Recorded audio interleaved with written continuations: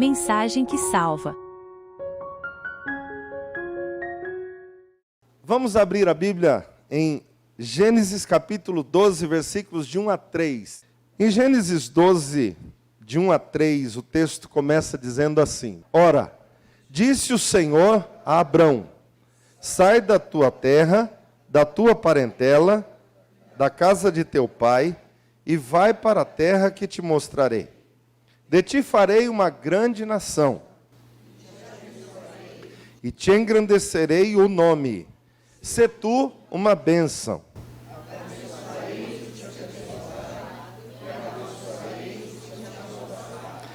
Em ti serão benditas todas as famílias da terra. Amém? Antes da gente entrar sobre aliança propriamente dito, eu quero compartilhar com você talvez um dado que fica escondido.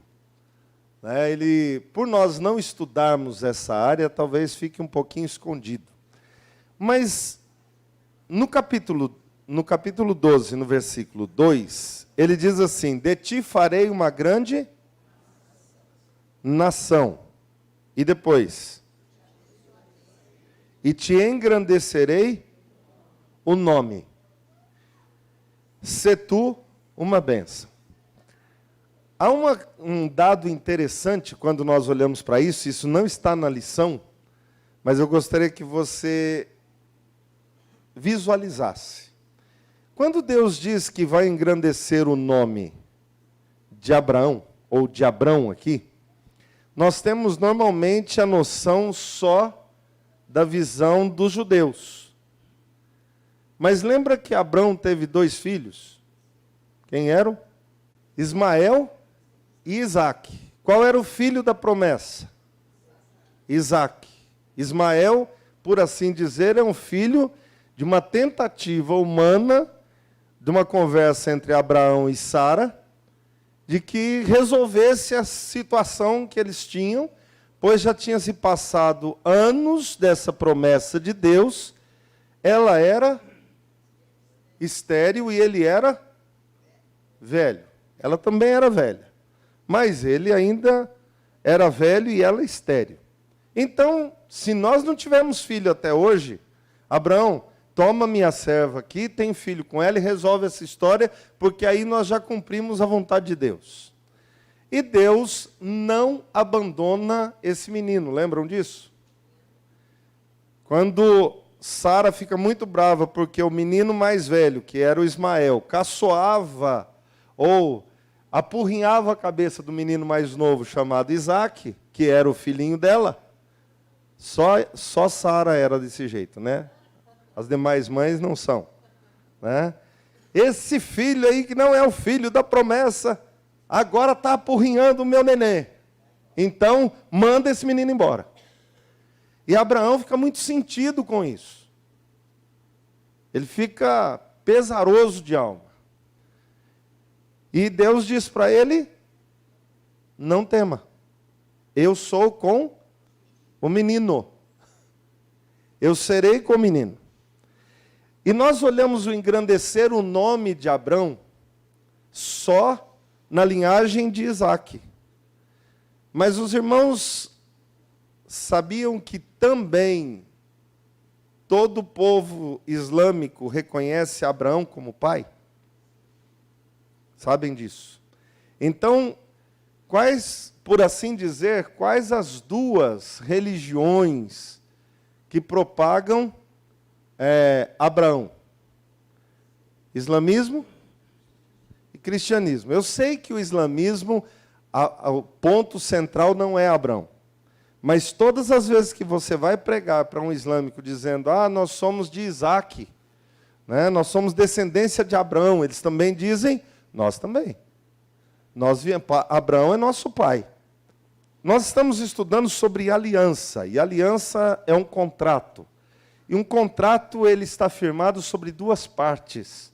As partes que se unem em uma só direção, em um só acordo, para que possa existir, dentro desse fim comum, a vontade estabelecida dentro dos parâmetros que as partes concordaram.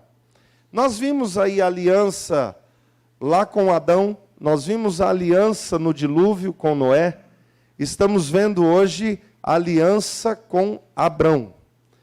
A aliança com Abrão é uma das alianças mais conhecidas por nós, porque daqui começa uma nação, um povo, e por isso fica muito mais gravado para nós.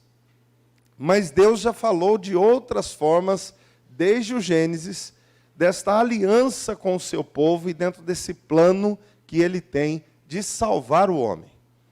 Abrão, ou Abraão, né, é o começo dessa aliança em formação desse povo. Mas, como diz aí a nossa lição, Deus começa com um chamado a este homem. Nós conhecemos muito bem o chamado. Então, antes de você voltar seus olhos para a Bíblia, eu gostaria que você me ajudasse. Repita o chamado que Deus fez para Abraão. Abraão, sai da tua terra, da tua parentela, e vai para uma terra que te mostrarei. Então, Abraão tem ordem de saída, mas não tem direção para onde vai. Essa direção Deus mostrará, de acordo com o caminhar.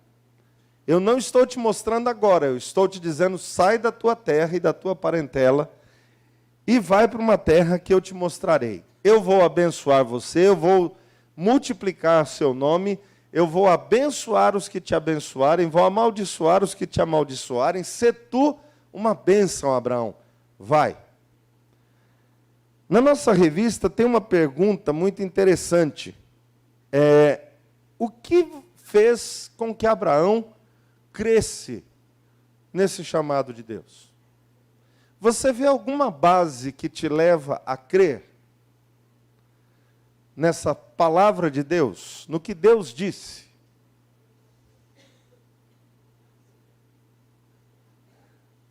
A dona Laodiceia foi em cima, a fé.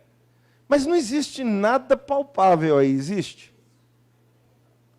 Não existe nada que desse para dizer assim, bom, pelo menos com isso aqui dá para ir. Tem alguma coisa que você conseguisse estribar a sua mente, a sua saída, a sua disposição? Tem alguma coisa? A ordem de Deus pegaria qualquer um de nós de surpresa. Pegaria ou não pegaria? Até hoje, se Deus dissesse a você, sai de onde você está, vai para um lugar que eu vou te mostrar, você já começaria a fazer uma série de questionamentos, não começaria? Então, Deus, o plano não era bem esse, daqui uns 30 anos, quem sabe a gente vai, mas é o mesmo que você pensar que você desestrutura a vida inteira, tudo que você fez, joga tudo isso no chão e diz, estou aqui, Deus. Porque Abraão não era menino. Abraão já era um homem. Já tinha sua esposa, sua família, sua estrutura. Agora sai da tua terra. Quer dizer, se ele está saindo da parentela, da casa do pai dele, o que ele está abrindo mão? Herança. Ele está abrindo mão da posse do pai, daquilo que o pai pudesse ter. Ah, mas meu pai não tem muito, não interessa. Mas você está abrindo mão daquilo que você poderia ter dentro do lastro da sua família. Ele abriu mão. E vai para uma terra que te mostrarei. Antigamente não tinha essa facilidade que nós temos. Ah, vou pegar um avião, vou até lá. Não existe. É caminhada. Passando no deserto. E vai para onde? Não sei. Deus vai mostrar. Muitas vezes isso soa estranho, mas Deus continua fazendo a mesma coisa com seus servos hoje. O grande problema para o nosso coração é o nosso apego, aquilo que nós vemos, aquilo que nós construímos, a estrutura que nós achamos possuir, pensamos possuir. Porque essa estrutura toda, basta um sopro e ela dissipa, acaba. E não existe estrutura. Por isso a caminhada de Abraão começa pela fé, se estende pela fé e termina pela fé. ela é uma sequência de atos ou de atitudes que Abraão foi chamado a ter sempre pela fé. Jamais por vista, jamais por aquilo que ele enxergaria ou por aquilo que ele pudesse construir. Hebreus capítulo 11 é onde nos conta um pouquinho dessa história também. E eu gostaria que você pudesse abrir lá. Hebreus capítulo 11, versículos de 8 a 10. Pela fé, Abraão, quando chamado, obedeceu, a fim de ir para um lugar que devia receber por herança, e partiu sem saber aonde ia.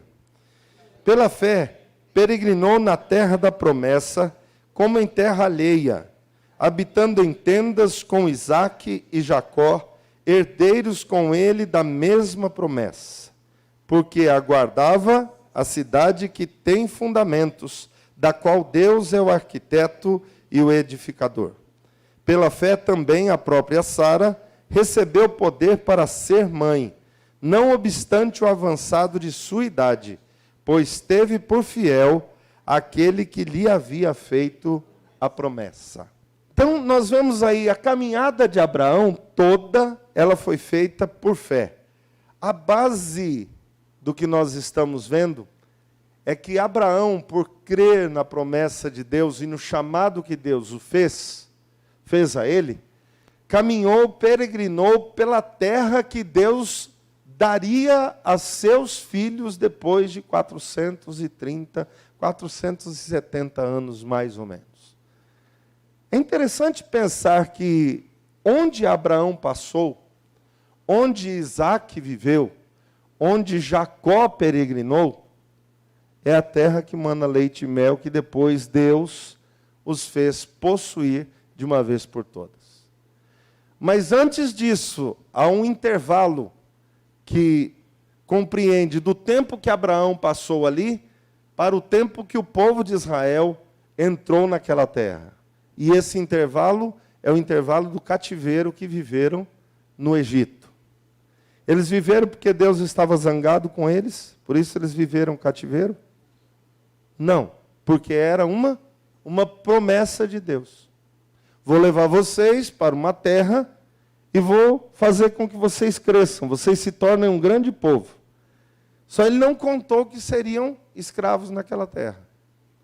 E não começou como escravos, eles começaram como povo do vice-governador do Egito, que era José. Foi assim que eles começaram. Mas se eles fossem na casa de Faraó, ou junto à casa de Faraó, crescendo desse jeito, despertaria outra ideia. Eles despertariam que eles seriam os donos do Egito.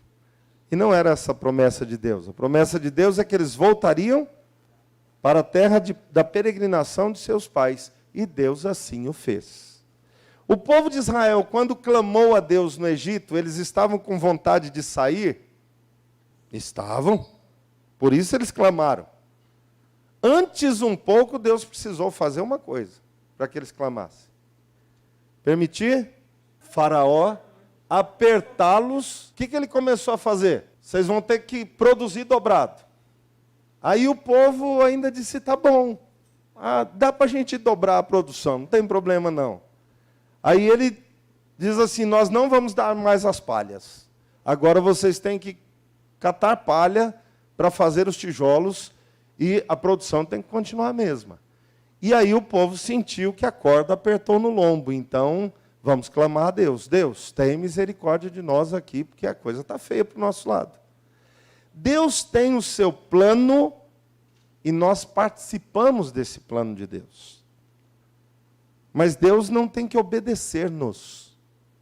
Nós fomos chamados a obedecê-lo.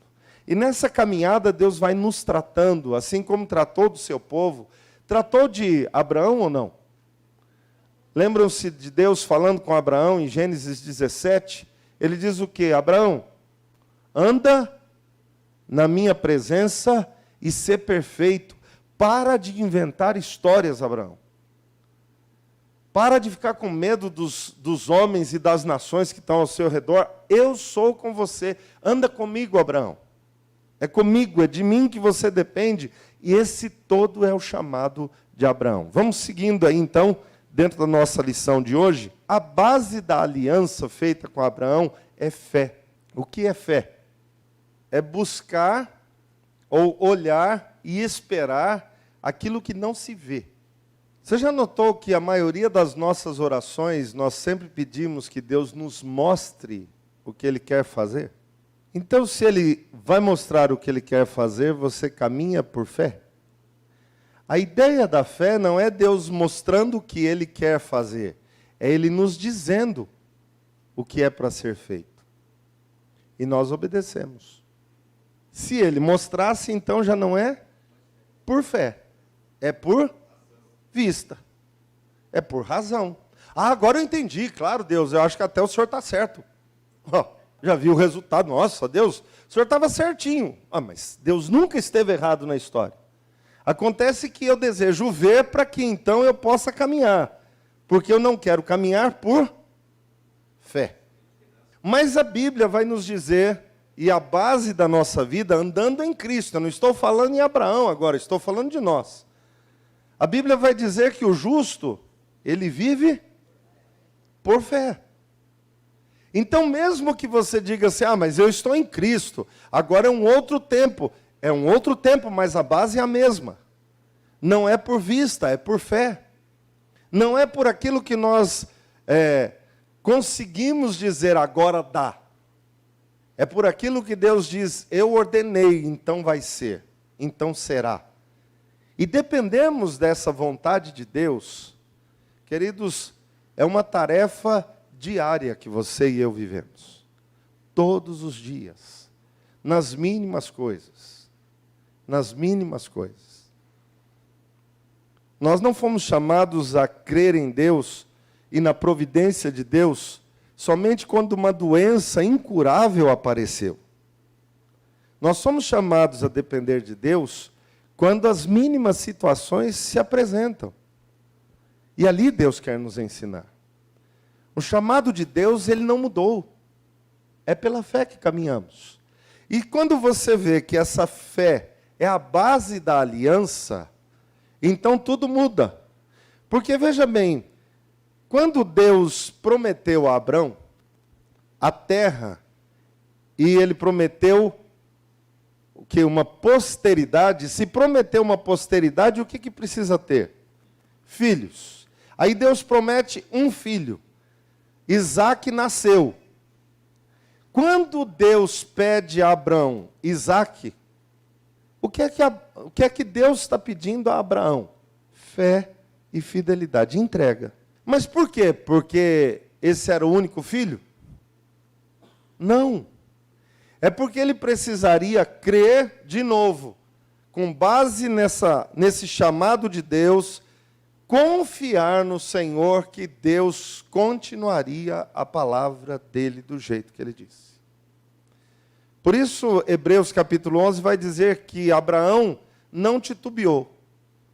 Ele creu em Deus e ofereceu Isaque como sacrifício, porque ele estava pronto para fazer isso. Todo mundo lembra até a que ponto Abraão chegou nesse sacrifício que ele foi fazer de Isaque.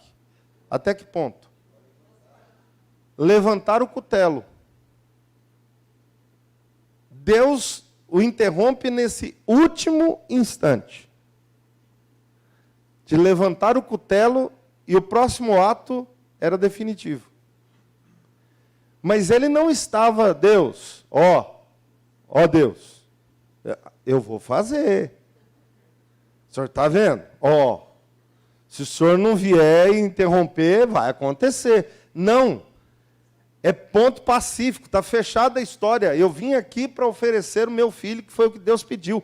Ponto final. Eu vou até o fim desse sacrifício. Deus interrompe Abraão no último instante. Mas o pedido de Deus, o que Deus requisita das mãos dele, ele entrega. Onde estava a confiança de Abraão? Na promessa que agora iniciou e está sendo cumprida, que é Isaque, o filho da promessa, ou ela está em Deus? Você consegue visualizar isso que eu estou dizendo? Ela está em Isaac, que é o filho da promessa. Ó, esse é o filho que Deus falou que me daria, ele me deu. Então agora tudo vai dar certo. Eu preciso cuidar de quem? De Isaac. Cuidar muito bem, porque ele é o filho da promessa, e nada pode acontecer com esse menino. Ou a visão de Abraão está em Deus. Deus é quem me deu Isaac. E se ele me pede Isaac, ele sabe o que ele está fazendo. Eu entrego Isaac, mesmo que Isaac seja a continuação da promessa de Deus. Porque eu dependo de Deus. Em qual das duas situações está o coração de Abraão? É fácil dizer que é em Deus, porque nós conhecemos a história. Mas como fica o nosso coração quando Deus nos dá as coisas? Quando Deus nos concede aquilo que temos pedido? Fica nele ou fica naquilo que nós alcançamos? Porque mesmo que seja obtido por fé, quando o meu coração pula para esse lado e está naquilo que alcancei, já não ando por fé. Eu ando por vista. Eu ando por aquilo que eu tenho e não por fé. Isso acalenta o coração do homem.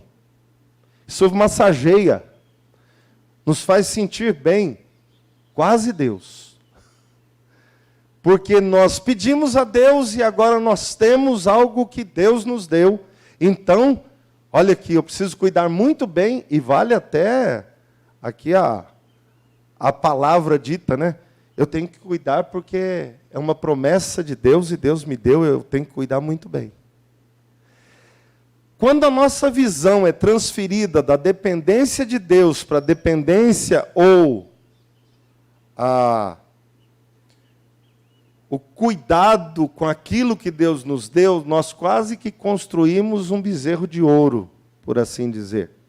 Estou fazendo aqui uma referência ao povo de Israel no pé do monte, construindo para si um ídolo. E quantas vezes aquilo que Deus nos concedeu se torna nosso ídolo?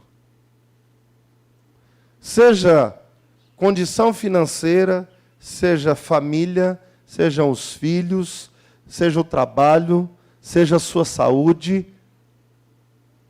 Tudo isso que temos, queridos, vem de Deus.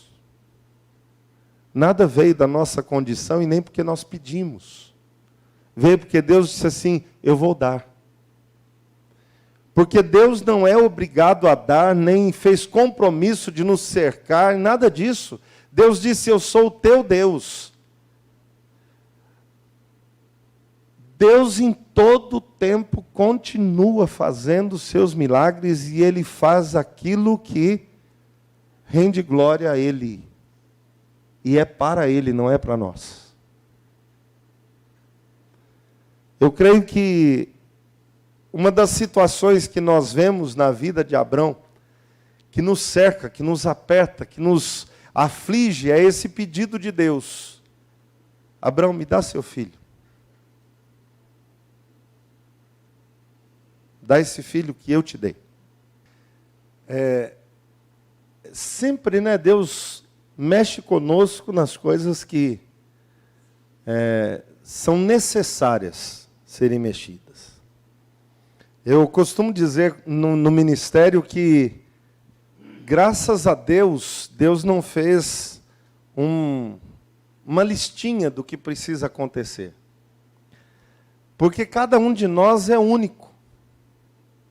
Tem coisas que, se Deus pedir para mim, é muito fácil fazer e para você é difícil. Tem coisas que para você é muito fácil, para mim é difícil. E Deus sabe onde mexe com cada um de nós. Eu conheci um rapaz que, quando ele se converteu,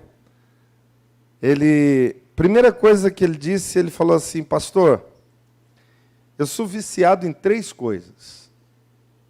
Sou viciado em cigarro, sou viciado em pinga e sou viciado em pornografia. Deus não vai me aceitar. E aí ele, entendendo o evangelho, ele falou assim: compreendi, pastor, Deus me aceita, mas o senhor acha que eu devo vir para a igreja? Porque qual é a tendência nossa? É dizer que a igreja não vai aceitar. E aqui para nós, quase sempre a nossa tendência é julgar, não é? Ah, mas diz que aceitou a Cristo e olha como é que está. Mas ele entendeu, ele veio. E alguns meses depois, ele chegou para mim e falou assim: o senhor notou alguma coisa diferente em mim? Eu falei: eu não. Falou assim: eu não estou mais fumando. Eu falei: mas por que, rapaz? Porque eu não me senti bem. Eu não estou mais bebendo, mas a tal da pornografia está difícil. Aí eu disse: e aí? Ele falou assim: mas eu creio que o mesmo Deus que me livrou dessas outras duas coisas vai me livrar também da pornografia. E eu vou conseguir vencer isso. Amém? E ele seguiu a vida cristã. Mas não, a vitória veio para ele, veio até ele, mas a vitória não pertence aos braços dele. Quem concede é Deus.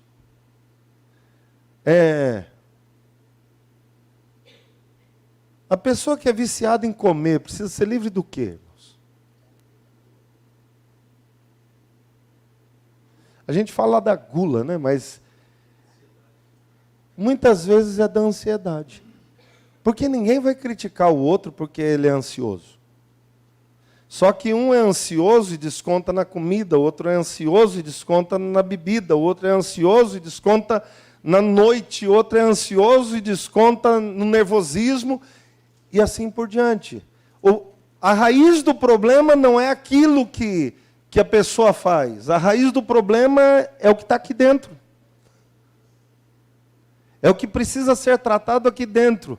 E quando Deus entra na vida, Ele não vai tratar daquilo que é o resultado da história. Ele vai tratar do cerne. Vai tratar da alma. Vai tratar do íntimo. E quando Deus trata do íntimo, as demais coisas entram no eixo. Então veja bem, a igreja de Cristo não foi chamada a uniformizar ninguém. A igreja de Cristo foi chamada a viver o amor de Cristo. Quem nos coaduna, quem nos direciona, quem nos junta e nos faz sermos iguais a Cristo, é o próprio Deus. É obedecendo ao Pai que nós vamos nos tornando parecidos com Cristo. Não é uniformizando-nos. Não é criando o brasão da igreja presbiteriana e pregando na vida que nós vamos melhorar. Não. É com Cristo. É Cristo nos transformando. Por isso, nós vemos o apóstolo Paulo dizendo aos irmãos: para de criar leizinha para isso e para aquilo. Hoje é dia de lua nova, pode fazer isso. Hoje é dia de lua minguante, não pode fazer aquilo. Para de criar essas regras, isso aí é coisa de homem. Vamos buscar o Senhor juntos e vamos detectar na convivência que cada um de nós tem uma luta a ser vivida. E nós precisamos lutar dessa maneira, dependendo sempre daquele que nos chamou, todos os dias. Porque cada um de nós tem um lado. Eu lembrei aqui, tem diabetes emocional?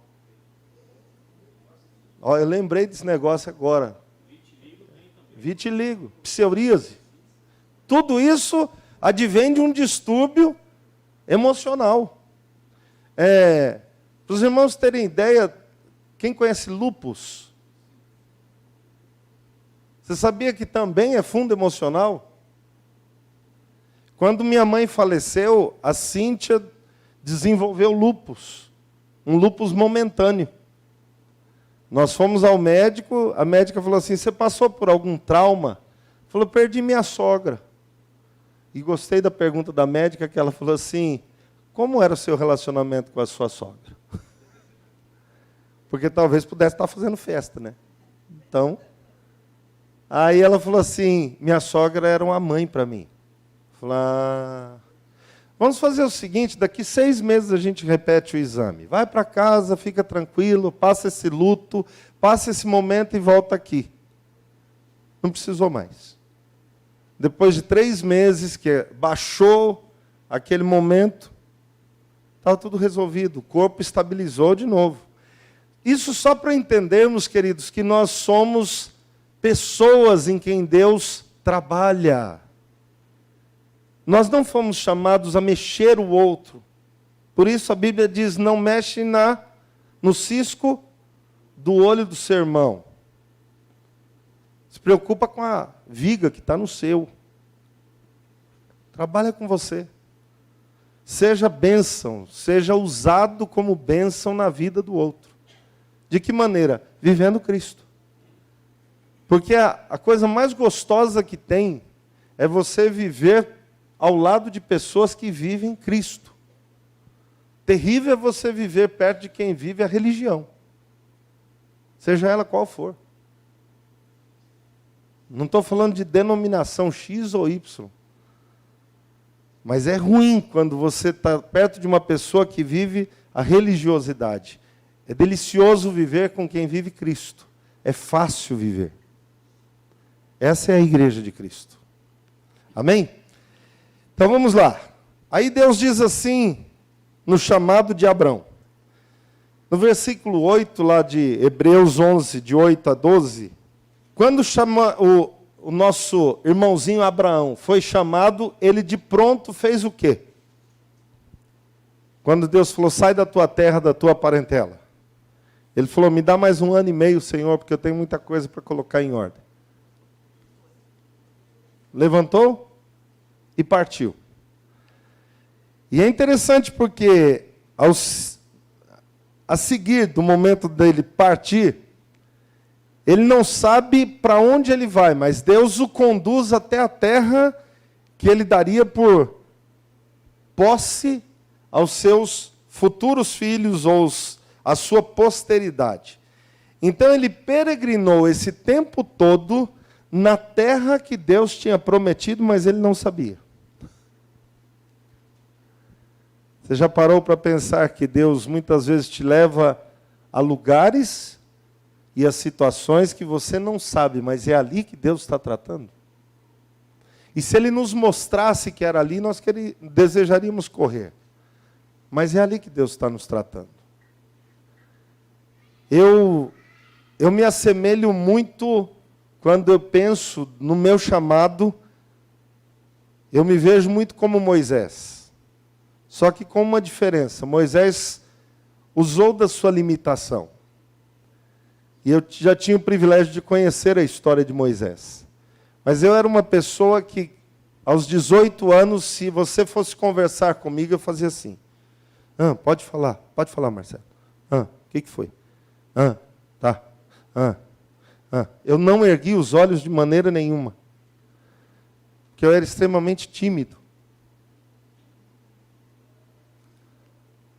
E com 2 meses que eu estava no IBEL, eu olhei para aquilo e falei, Deus, nós dois temos um problema. O Senhor chamou um cara tímido. E eu não sei como é que resolve isso. Então, Deus, eu estou aqui. O Senhor falou para vir, eu vim. Agora, eu não sei como é que tira a timidez. E se você me perguntar qual foi o dia que Deus tirou, eu também não sei. Eu sei que com alguns meses depois, eu não me via tímido. E depois eu brinco que eu me tornei tão cara de pau que agora nem eu me reconheço mais.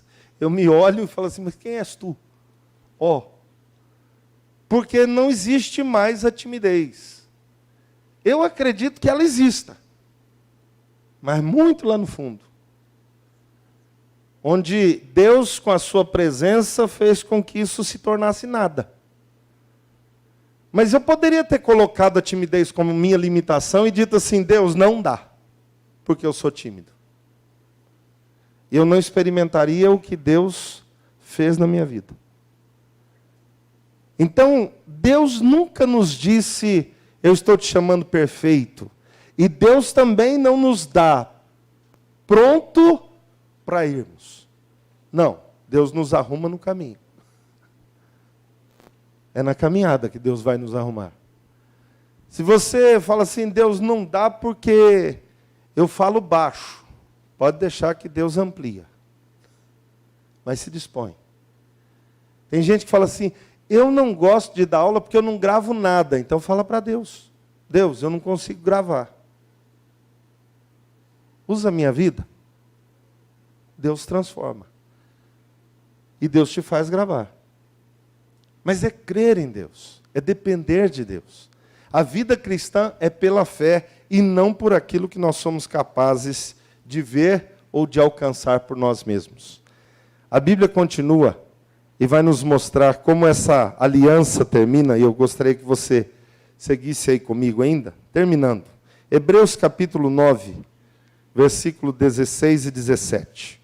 Diz assim, porque onde há testamento, é necessário que intervenha a morte do testador. Pois um testamento só é confirmado no caso de mortos, visto que de maneira nenhuma tem força de lei, enquanto vive o testador. É verdade ou não? É. Não existe você receber herança sem que o dono venha morrer. Assim, o testamento só tem valor depois da morte do dono desse testamento. E é importante nós vermos isso porque a morte é justamente o sinal dessa aliança. A morte de Cristo é o sinal da nossa aliança. Ele morreu e ele se fez em nosso lugar esse sacrifício, foi sacrificado, ressuscitou e agora se assenta ao lado do Pai novamente. Mas cumprido todo esse ato do testamento ou da aliança que ele tinha feito, então a aliança agora tem valor. A aliança teve valor depois da morte de Cristo, depois da sua ressurreição, nós também temos a mesma garantia de ressurreição. De tal forma que não existe nada por cumprir. Todos os atos desta nova aliança conosco estão cumpridos, queridos. Já estão prontos. Nós estamos vivendo a nova aliança, já. Nós já estamos celebrando a aliança com o Cordeiro. E o que isso tem de diferente, pastor, com o pessoal de antigamente? A grande diferença é essa. Nós fomos chamados, depois dessa aliança feita, promulgada e realizada, a dizer aos outros que a aliança está pronta, queridos. Que é tempo de vir e viver essa aliança. A igreja de Cristo não vive olhando o passado, mas ela aprende com o passado e caminha hoje da mesma maneira que Abraão foi chamado a caminhar, pela fé. E aí eu vou pôr um adendo aqui para você. Quando Jesus veio a primeira vez, qual era a função de um homem? Lembra de um homem que veio antes de Cristo? Ah, o tal do João. João Batista. Ele tinha que fazer o quê? E o que era preparar o caminho? Falar? Falar que ele vinha, que ele viria. Ó, está chegando um que é o Filho de Deus, é aquele que vem, ele tem poder, ele é o Senhor, ele é dono de tudo, e ele está vindo. Era essa a função de João Batista. Ou não era? Quando Jesus chegou, o que aconteceu com João? Oi? Morreu. Acabou a função.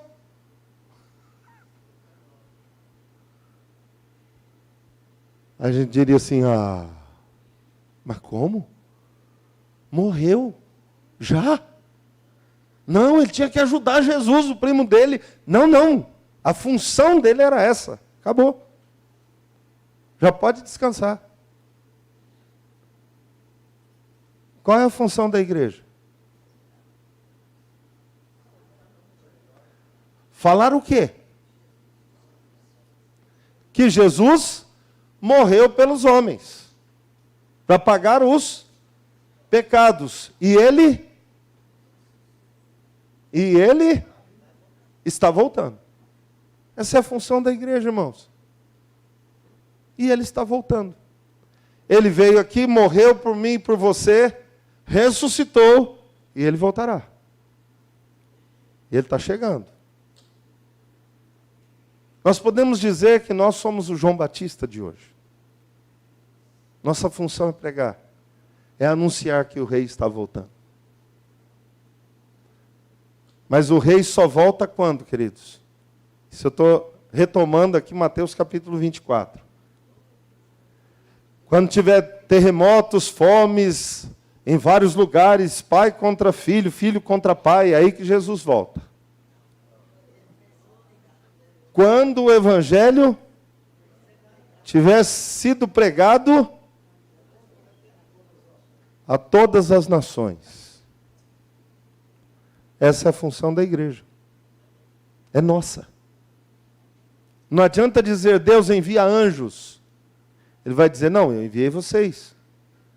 São vocês, meus servos, que vão dizer para os outros que eu estou voltando.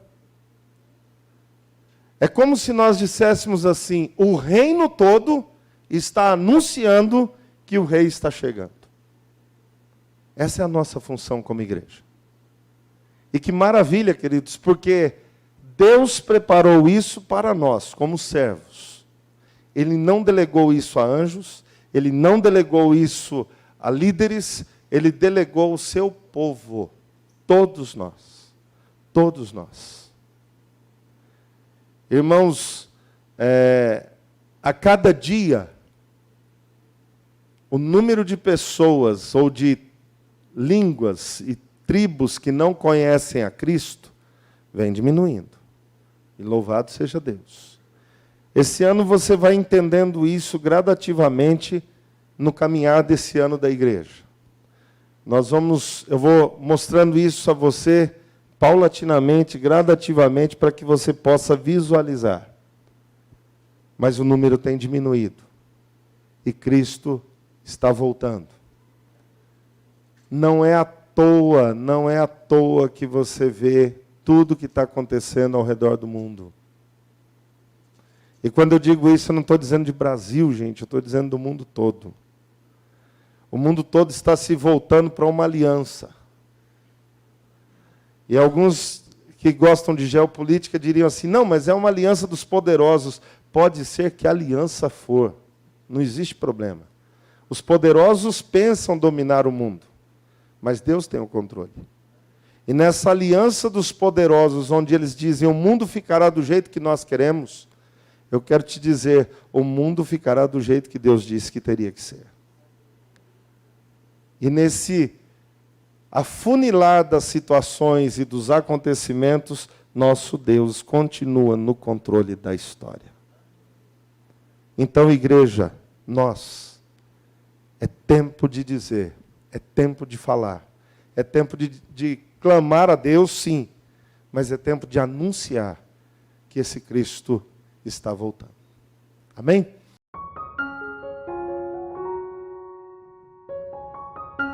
Mensagem que salva.